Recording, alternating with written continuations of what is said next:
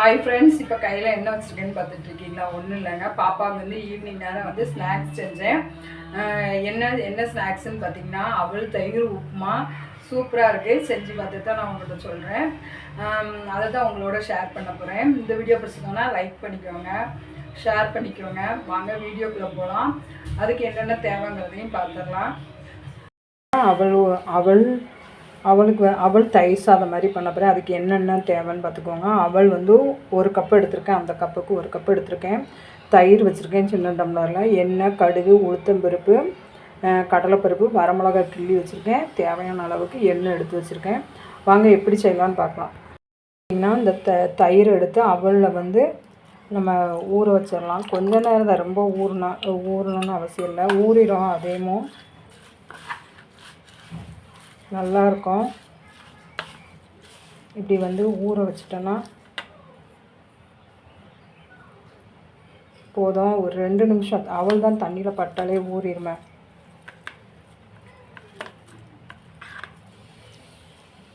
அவள் வந்து ஊற வச்சிட்டோம். எப்படி சேர்க்குறான்னு பார்ப்போம் வாங்க. பார்த்திங்கன்னா எண்ணெய் ஊற்றிக்கலாம், போட்டுக்கலாம், வரமிளகாய் லாஸ்ட் போட்டுக்கலாம்.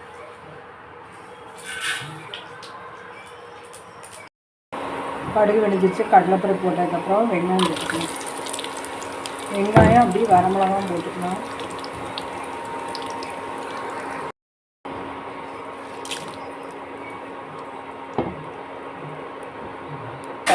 கருவேப்பிலை எல்லாம் கரெக்டாக வதங்கிடுச்சு. நம்ம தயிர் சாதம் சொல்கிறோம்ல, அதெல்லாம் செஞ்சு பார்த்தேன்.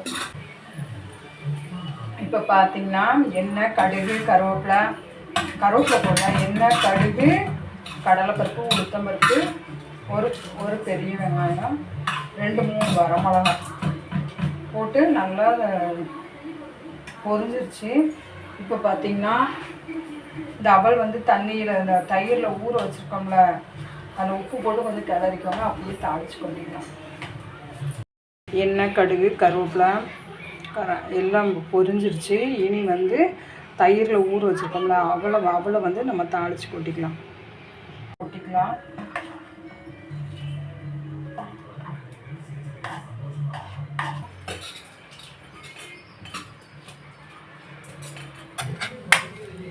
இப்போ பாருங்கள், இப்படி தான் இருக்கும்.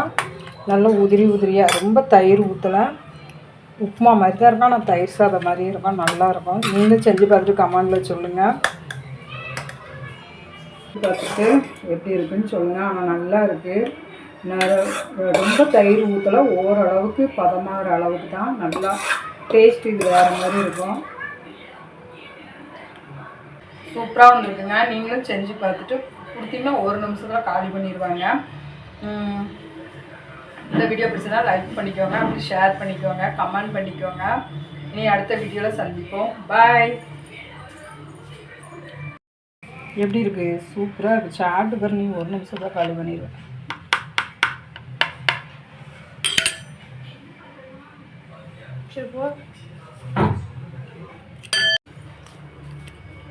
சூப்பராக வந்துருக்குங்க. நம்ம அடுத்த வீடியோவில் பார்ப்போம். பாய்.